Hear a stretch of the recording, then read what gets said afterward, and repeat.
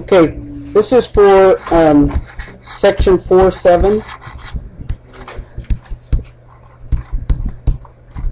on transformations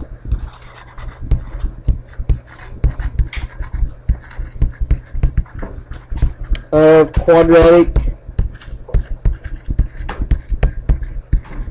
I need to look at it. Did they call it quadratic equations or quadratic graphs?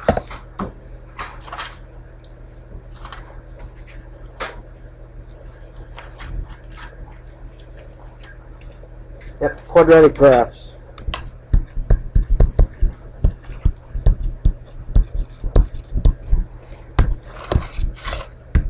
Okay, we have already worked with the quadratic equations and the quadratic graphs, graphing parabolas.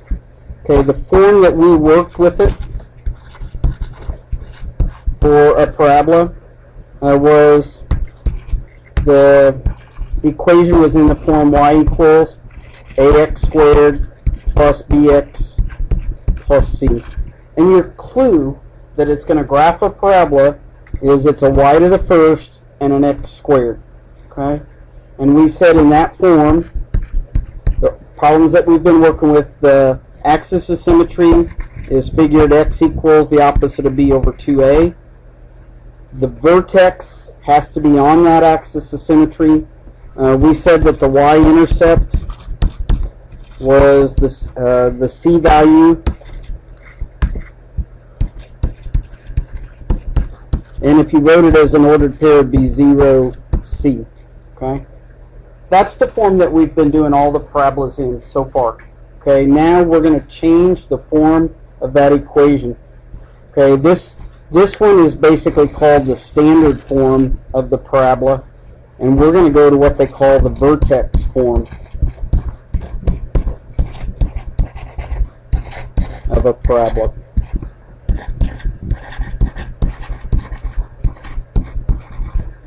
Okay, and the vertex form is y equals a times the quantity x minus h, that quantity is squared, plus k. This is the vertex form of the parabola. In that form, if you get the equation in that form, you can read the axis of symmetry, and it's still going to be an x equals. If you get it in this form, the axis of symmetry is x equals h. Okay? The vertex is always on that axis of symmetry. Up here, we would have to substitute back in to find the vertex. On this form, you'll be able to tell what the vertex is. It's always the ordered pair hk. Okay? If you can see the h and the k, that is the vertex. And then it's still for both forms. If a is positive, greater than 0, your parabola is going to open up. If a is less than 0, your parabola opens down. So if it opens up, you got a minimum for a vertex. If it opens down, you got a maximum for a vertex. So what we're going to do on the problems is we're going to look at first a couple of them to just read the vertex and the axis of symmetry. Then we're going to actually transform them from the standard form to the vertex form. Okay, so they will give you some problems like this. The directions might say find the vertex, the axis of symmetry,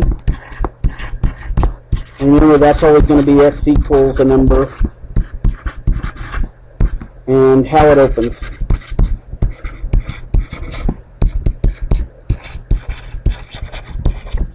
Okay, on this one, let's say they just give it to you in this form, y equals negative 2 times the quantity x minus 5. That quantity is squared plus 3. Now, you have to be very careful on the signs. Notice in this equation, this has to be a minus sign. And then your vertex is your hk. So in this form, what's the hk? I guess, yeah, I need the vertex. Is it 5 or negative 5? No, Yeah. it's just 5. Yeah, it's just 5. and 3. So the vertex is 5, 3. The axis of symmetry is x equals h. So x equals 5. And remember, the vertex has to be on the axis of symmetry. So, and you look at this, how does it open? It opens down. Okay? So there's your 3 answers. The vertex, the axis of symmetry, and how it opens. Okay? Okay, so let's try another one. Okay, so let's say they gave you y equals 1/2 times the quantity x plus 7, and that quantity is squared minus 9. Yeah, so if you want to rewrite it, you can. Or if you can do it by sight, I'm okay with that. Plus 7 is the same as minus a negative 7. Plus a negative 9. So what's your HK?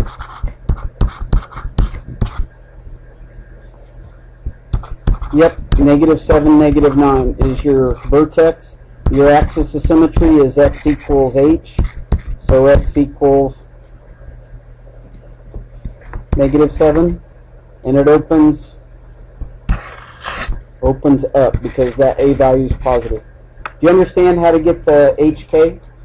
Yeah. Okay. Okay, now they are going to give the next few examples. I'm going to give it to you in the standard form. We are going to go through the process to figure the vertex form. Okay? Okay, so the directions might say write each equation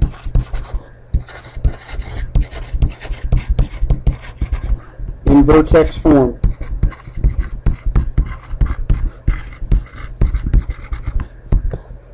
Then find the vertex, axis of symmetry,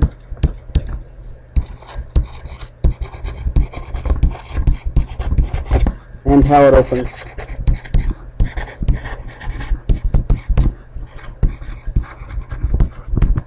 Okay? Okay, so let's say they give it to you in this form. Y equals x squared plus 2x plus 4. Okay, the process that we're going to go through is actually completing the square. Okay, just like we did before, but there's a little different. Okay, so the very first thing, I would make sure it's in descending order, and it already is. And the first thing I would do is I would slide that 4 down out of the way.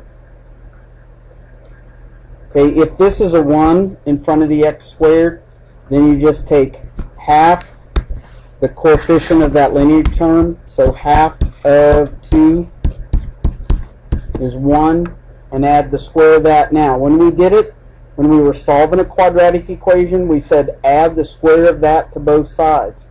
I can't add anything to the y side because I need to keep that y equals. So I add 1 squared. To keep the equation balanced, I've got to subtract 1 squared. Right? Because add 1 minus 1 is actually adding 0, right? So I haven't changed the equation. That makes this a trinomial square. So I can factor that back. X squared is a perfect square of x. 1 squared is a perfect square of 1. If I multiply them together and double it, I get the 2. Yeah. This tells you the sign inside is plus. So I factor that back into, I take a trinomial square and factor it back into the square of a binomial. And then simplify. The plus 4 minus 1 will just be plus 3. Now it's in the form. It's not a bad idea for a while to just write the formula down. It's a times x minus h quantity squared plus k. So my hk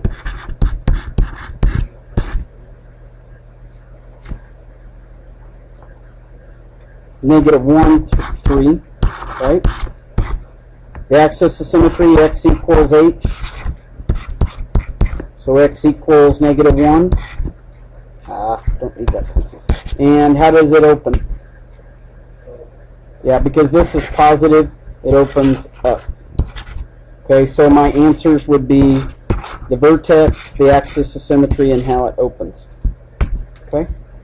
Questions on that one? Okay. The only difference on this one, this number in front was a 1. Okay, now I'm going to change that.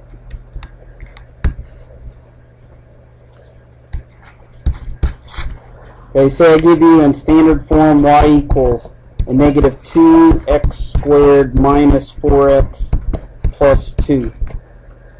First thing I do is I take that constant term and slide it down out of the way. Sorry. Before you complete the square, you have to factor out what's in common to get this to a 1. So what you're going to do is you're going to factor out a negative 2. Okay, if you factor out a negative 2, that's going to make that 1x squared plus 2x. Okay, let me stop there. So far, if you multiply that back, you should still get the original. Yes? No. Okay. Okay, now, complete the square on the inside. Okay, you leave the negative 2 out front. So take half the coefficient of the linear term. Half of 2 is 1. Add the square of that. So we're going to add 1 squared. Now, here's where you got to be careful. What did I really add? I did not add 1. What I really added was negative 2 times 1. I added negative 2. So to balance it, I've got to add 2. If you add a negative 2, you got to balance it with a plus 2. So negative 2 plus 2 would go to 0. Okay, now factor that back. Leave the negative 2 out front. X squared is a perfect square of x. 1 squared is a perfect square of 1. This tells you the sign inside is positive. And then simplify, plus 4. Okay? And the check would be, if I multiplied this all out and combined like terms, I should get right back to this. You should be able to check it and multiply it back. Okay, so what's the h and the k? If I write it in the right form, y equals a, x minus h. It has to be a minus sign in that formula. So what's the hk? Negative 1, 4. Axis of symmetry is x equals h. So x equals negative 1, and it opens down. Okay? Okay, let's try another one.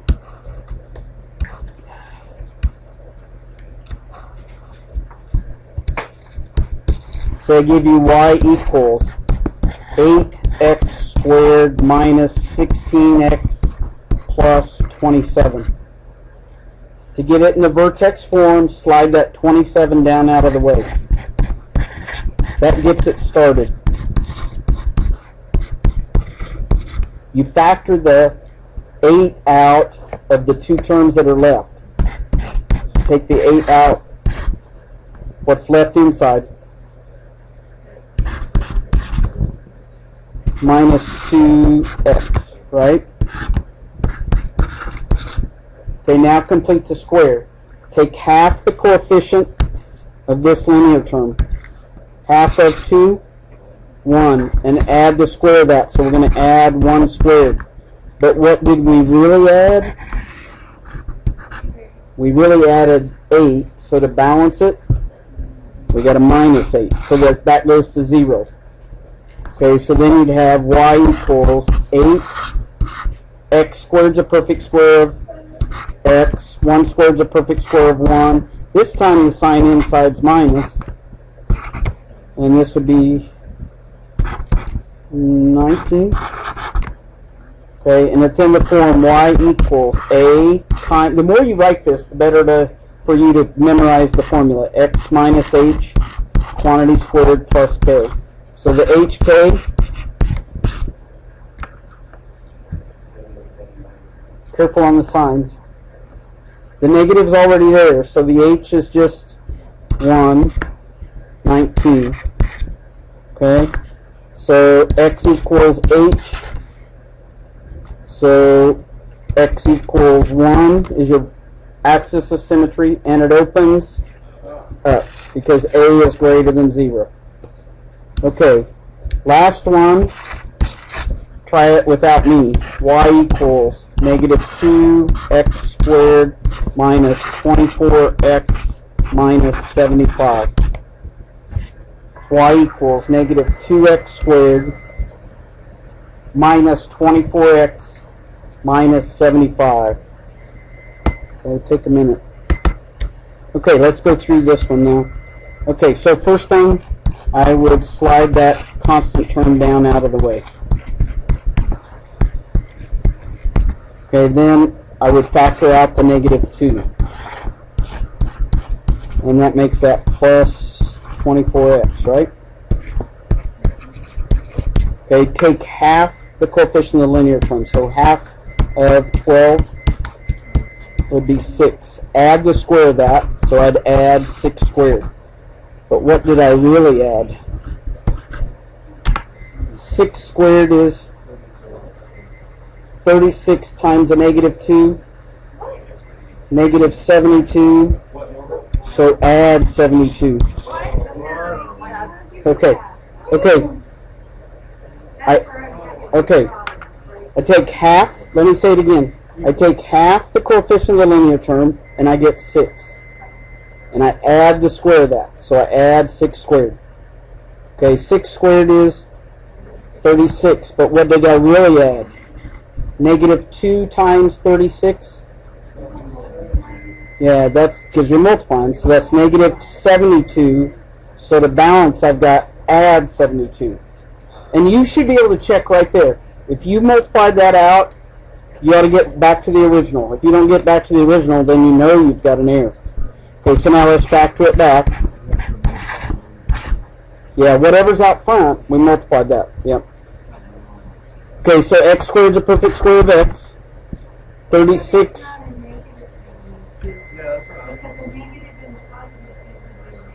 Right, it is a negative 72. So to balance it, I've got to add 72. Okay. Okay. Yep. So this would be x plus 6 quantity squared. Negative 75 plus 72 would be negative 3. So now you do your HK. Y equals A x minus h quantity squared plus k. So my HK is negative 6, negative 3. Axis of symmetry, x equals h. Negative 6, and it opens. Bam. Okay, now let's go back for a minute. Okay, go back up here for a minute. Go to number 5. Look at how we did number 5. We moved the 27 down. Okay, we factored out an 8. Took half the coefficient of that linear term, was 1. Add the square of that to both sides. But what did we really add there? 8 times 1 would be 8. So to balance it, we had to subtract 8. Okay? Does that kind of help? So go back to this one now. Okay, take the 75 down. Factor out the negative 2. But look at even then, you got to look at your signs. Let's go back right here. Look at the signs. When you multiply this out, do you get a negative 2x squared? When you multiply this out, do you get a negative 24x? Yeah. Take half the coefficient of that linear term, would be 6. Add the square of that. But now, what did we really add? What's a negative 2 times 6 squared?